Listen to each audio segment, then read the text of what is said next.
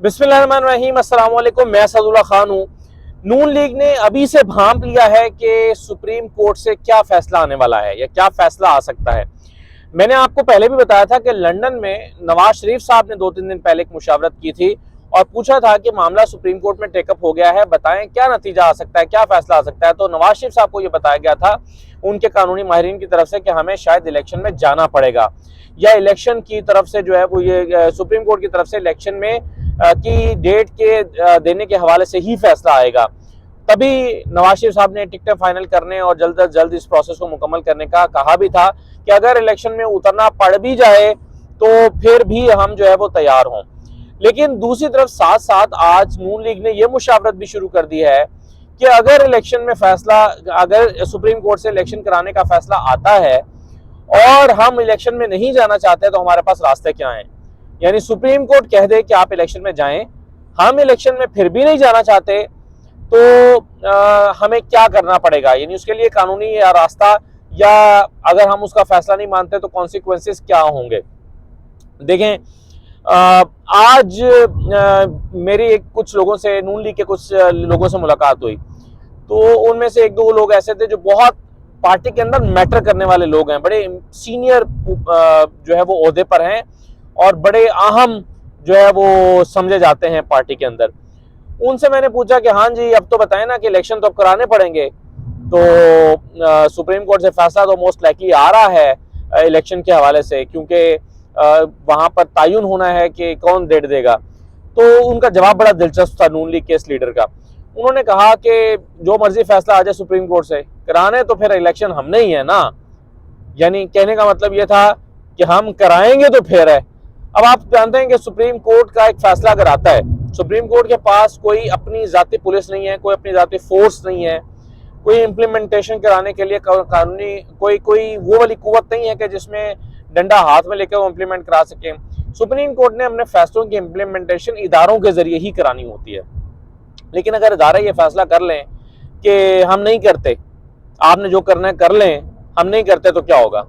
ये कैसे टकराव की तरफ हिकमत अमली बनाई जा रही है नून लीग की तरफ से, एक ऐसा टकराव कि जिसका कोई फायदा नहीं होगा किसी भी सियासी जमात को, और ये कैसी ऐसे रास्ते पर धकेलने की हिकमत अमली बनाई जा रही है। मेरी दुआ है कि ये सिर्फ सोचो विचार ही हो, ये फैसला ना हो पार्टी की तरफ से कि ठीक है सुप्रीम कोर्ट एक फैसला देती है। मसलन देखे ना, सुप्रीम कोर्ट कहती है कि जी इलेक्शन कमीशन डेट दे, इलेक्शन कमीशन नहीं तारीख देता, सुप्रीम कोर्ट क्या करेगी, इलेक्शन कमीशन के चीफ को बुलाएगी और ओहदे से हटाने का फैसला सुना देगी। अब इलेक्शन कमीशन जो है वो चीफ इलेक्शन कमिश्नर ओहदे से हट जाएंगे, उनसे अगर वादा हो जाता है कि जी आप ओहदे से हट जाए, हम आपको किसी और जगह एडजस्ट कर देंगे, तो वो बखुशी हट जाएंगे। बिल्कुल ऐसे ही जैसे यूसुफ रज़ा गिलानी साहब ने किया था। अदालत ने कहा खत लिखें स्विस बैंक को, स्विस गवर्नमेंट को। यूसुफ रज़ा गिलानी ने कहा मैं तो खत नहीं लिखता, आपने जो करना कर ले। Chief justice of Pakistan justice Iftikhar Chaudhry ने यूसुफ रज़ा गिलानी को उनकी वजारत उज़्मा के ओहदे से हटा दिया, लेकिन उन्होंने अदालत का हुक्म नहीं माना। उन्होंने कहा जी मैं नहीं मानता, आपने जो करना कर लें, वजारत उज़्मा है ना, मैं देता हूँ, कुर्बानी दे देता हूँ, वजारत उज़्मा को ठोकर मार देता हूँ, मुझे दोबारा ओहदे मिल जाएंगे, कोई मसला नहीं, मगर मैंने आपका ऑर्डर नहीं मानना।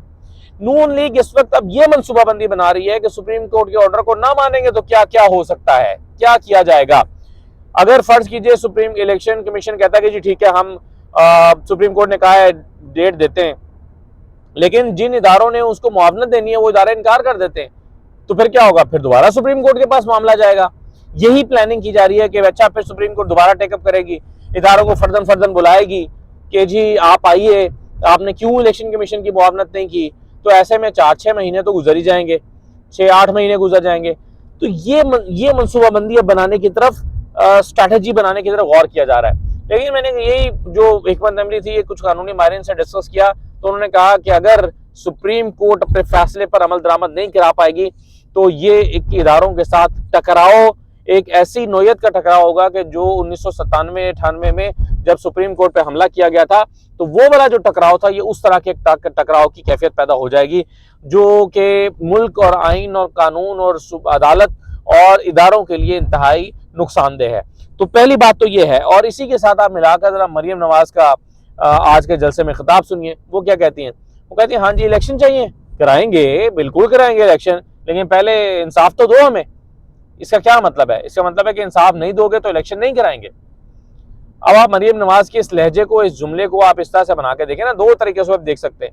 या तो मरियम नवाज जो स्टेटमेंट दे रही है वो एक सिर्फ पॉलिटिकल स्टेटमेंट है, पॉलिटिकल गेन्स के लिए है, कारकुनों को जरा मोटिवेट करने के लिए है, उनके अंदर जज्बात उभारने के लिए है, फिर तो ठीक है।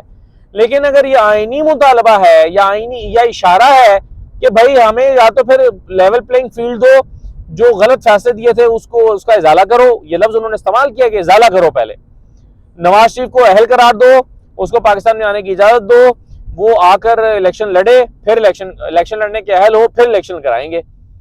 तो ये जो जिद है मरियम नवाज की, ये अगेन इदारों के लिए एक बड़ी तबाहकुन, बड़ी नुकसानदेह जिद है और पाकिस्तान के आईनी ढांचे को तबाह करने के लिए बड़ी एक अजीबोगरीब से जिद है।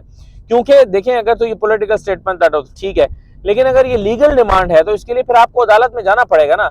आप अदालत में लेकर दरख्वास्त डालें और आप कहें कि जी नवाज शरीफ साहब जो हैं वो पाकिस्तान आकर सियासत में हिस्सा लेना चाहते हैं, उनके खिलाफ जो फैसले हुए थे वो गलत हुए थे। तो अगर वो फैसले गलत हुए थे और उसको अगर आपने दोबारा से अदालतों के पास जाना है तो अदालतें फिर से उसको सुन सकती हैं, लेकिन फिर वो 90 दिन गुजर चुके होंगे, वो 90 दिन के बाद होगा मामला। तो फिर इसका मतलब ये है कि मरियम नवाज ये मुतालबा कर रही हैं कि जब तक नवाज शरीफ की नाअहलियत खत्म नहीं की जाती तब तक इलेक्शन नहीं होंगे। तो ये एक ऐसा मुतालबा है कि जो काबिल अमल दिखाई नहीं देता, जो किसी सूरत काबिल अमल नहीं है। तो अब तरह तरह के बहाने और तरह तरह के जवाज तलाश किए जाने लगे हैं। मसलन आज एक और बड़ा मजे का आर्गूमेंट, एक आर्गूमेंट तो अदालत में आया था ना, वो आर्गूमेंट क्या था? वो आर्गूमेंट ये था कि जी जो खैबर पख्तूनख्वा के जो है वो एडवोकेट जनरल की तरफ से आया था, उन्होंने कहा कि 90 दिन का, उन्होंने सबको, पूरे पाकिस्तान के कानूनदानों और पाकिस्तान के सीनियर 3-5 जजों को ये कहा कि आप सब तो गलत समझ रहे हैं कि 90 दिन में गवर्नर ने तारीख देनी है, इलेक्शन कराने हैं। उन्होंने कहा भाई कानून कहता है कि 90 दिन के अंदर अंदर तारीख देनी है, 90 दिन में इलेक्शन नहीं कराने, 90 दिन में तो तारीख देनी है। यानी वो 98 या 88वें दिन भी जाके कह सकते हैं कि जी ठीक है इलेक्शन अब आज से 2 महीने के बाद होंगे। तो उनकी मंतिक जो है वो ये थी। अब एक और मंतिक हमारे सामने कुछ नून लीगियों की तरफ से आ रही है, वो क्या है? वो कहते हैं जी सुप्रीम कोर्ट में मामला गया ही क्यों है, अभी तो आइन की वायलेशन हुई ही नहीं है। वो कह रहे हैं कि आइन तो, कानून तो तब टूटेगा जब 90 दिन के अंदर इलेक्शन नहीं होंगे। तो वो 90 दिन अभी पूरे ही नहीं हुए और आइन टूटा ही नहीं है, तो अदालत ने मामला कैसे टेकअप कर लिया? तो ये जो है ना, ये है खिलवाड़, इसको कहते हैं खेलना, इदारों के साथ, आइन के साथ खेलना, कानून के साथ खेलना। लेकिन मैं आपको बताऊं, मैंने तीनों समातें अटेंड की हैं, अदालत बिल्कुल अपने साथ किसी को खेलने देने की इजाजत देने के मूड में दिखाई नहीं देती। अदालत इस मूड में नहीं देखती कि आओ अच्छा हमारे साथ खेलना चाहते हो खेलो। अगर खेलने की इजाजत देनी होती सुप्रीम कोर्ट ने तो वो फिर एक हफ्ता सबको सुनती। आपको याद होगा नोटिस दिए गए थे, जब तो सबको नोटिस, पार्टीज को भी, इनको भी, उनको भी, इतने लोगों को नोटिस दिए, कुछ लोगों को लगा ये तो मामला लंबा चलेगा और इशारा भी यही दिया था सुप्रीम कोर्ट ने, जिससे अंदाजा होता था कि शायद ये हफ्ता 10 दिन तो लगेंगे। लेकिन जब अदालत को जिच किया गया कि नहीं जी ये तो बेंच ही अच्छा नहीं है, 2 जजेस के किरदार पर हमला कर दिया गया और कहा गया कि ये 2 जजेस जो हैं वो करप्ट हैं और ये पाकिस्तान की तबाही के जिम्मेदार हैं, तो जजेस ने हिकमत का मुजाहिरा करते हुए कि उनके फैसले को कहीं कंट्रोवर्शियल ना बनाया जाए, क्योंकि मैं समझता हूं कि यहाँ पर अदालत ने बड़ेपन का मुजाहिरा किया है। हालांकि अदालत कहती कि नहीं जी आपकी फरमाइश पे हम क्यों जज तब्दील करें, लेकिन इस जिद में अदालत नहीं गई। अदालत ने क्या फैसला किया? अदालत ने कहा कि जी ठीक है, आइन मुकद्दम है, इलेक्शन इंपॉर्टेंट है, हम अपने अना की कुर्बानी देने के लिए तैयार हैं। 2 जजेस विड्रॉ कर लेते हैं, रिक्यूज कर लेते हैं, वो बेंच से हट जाते हैं और असल मुद्दे की तरफ आते हैं, बताओ अब इलेक्शन कब कराने हैं। तो उसके बाद फिर हमने देखा कि 2 दिन के अंदर, आज यानी आप अगरचे 11:30 बजे की बजाय 1:30 बजे समाज शुरू हुई, लेकिन 5:30 बजे तक चली। कल सुबह फिर 9:30 बजे बैठ रहे हैं। सलमान राजा ने दलाल देने हैं, फारूक एस नाइक ने दलाल देने हैं। ये दलाल इंपॉर्टेंट हैं दोनों के। अटॉर्नी जनरल ने भी देने हैं, लेकिन ज्यादातर चीजें उन्होंने क्या दी हैं, डीजी लॉ ज्यादा बोलते नहीं है या ज्यादा उनके पास कुछ कहने को होगा नहीं। तो असल में जो दलाइल हैं वो फारूक एस नाइक के हैं और सलमान अकरम राजा के हैं। कुछ अटॉर्नी जनरल चले कह देंगे दोबारा से वही बातें जो आज उन्होंने की हैं। तो ये मुझे लगता है कि 1-2 बजे तक तो कहानी खत्म हो जाएगी, 1-2 बजे तक तो फैसला आ जाएगा। अब देखना यह है कि उस फैसले पर अमल दरामद के लिए अदालत कैसे अपनी डेट को इस्टेब्लिश करती है और कैसे फैसले पर अमल दरामद करती है, क्योंकि ये जो खबरें आ रही हैं ये बड़ी ख़तरनाक हैं कि जी ठीक है अदालत फैसला दे, अदालत का काम है, अब हम नहीं अमल दरामद करते तो ठीक है तौहीन अदालत करेगी ना, बुलाए हमें अदालत, तौहीन अदालत करे, हम फिर केस लड़ेंगे, फिर हम महीनों लटकाएंगे। तो इनको ये लगता है कि लटकाना जो है ये कोई इतना मुश्किल काम नहीं है, लटका सकते हैं हम इसको, महीनों लटका सकते हैं, तब तक वो टाइम आ जाएगा जब हम इलेक्शन में जाना चाहते हैं।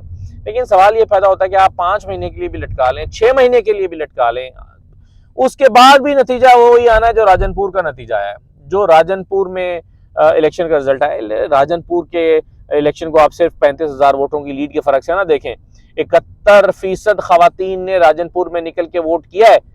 ये और राजनपुर वो इलाका है जहां पर बेशतर इलाकों में ऐसे कबाइल रहते हैं जो अपने, यानी कई इलाकों में, चंद इलाकों में ऐसे कबाइल भी रहते हैं जो अपने खवातीन के पाँव में चप्पल नहीं पहनाते, और वो गुर्बत की वजह से नहीं है बल्कि उसके पीछे एक फिलॉसफी है, वो ये है कि अगर हम इस पाँव में चप्पल पहनाएंगे तो ये ऊपर देखकर चलेगी, इसका सर ऊपर होगा, पाँव में चप्पल नहीं होगी तो जमीन पर देख के चलेगी ताकि कोई चीज पाँव में चुभ ना जाए। इस फिलॉसफी के साथ वहां पर कुछ कबाइल ऐसे रहते हैं जो खवातीन के पाँव में चप्पल नहीं पहनाते, और उस इलाके में 71% खवातीन ने निकल के वोट दिया है। ये अलार्मिंग सिचुएशन है। ये वो इलाका है राजनपुर का जहां पर काला पत्थर पिला दिया जाता है खवातीन को कि उनके ऊपर किसी ने जो है वो कोई इल्जाम भी लगा दिया या उसके ऊपर कोई मसला बन गया तो खातून खामोशी से वो काला पत्थर पी के मर जाती है। और ये वही राजनपुर है जहां पर 71% खवातीन ने वोट दिया है। तो 6 महीने बाद भी आप इलेक्शन कराएंगे ना तो नतीजा तकरीबन यही निकलना है, इसलिए एक दफा कड़वा घूंट भर के इलेक्शन करा दें। वो अलग बात है कि इमरान खान आए, उसके बाद वो हुकूमत करें, उनसे ना चले तो आपका कोई चांस बन जाए तो बन जाए। अभी आज की तारीख में आप इसको टालने की कोशिश करेंगे भी तो इदारों को तबाह करने की कोशिश करेंगे, अपनी अना के लिए पाकिस्तान और इसके इदारों को कुर्बान ना करें और इसको निशाना ना बनाएं। ये मेरा ख्याल है पाकिस्तान के तमाम बड़ों को बैठ के ये जिद छोड़नी होगी और पाकिस्तान के कॉन्स्टिट्यूशन को की इज्जत और नामूस के और उसके वकार की बुलंदी के लिए सोचना होगा। इजाज़त दीजिए, अल्लाह हाफिज़।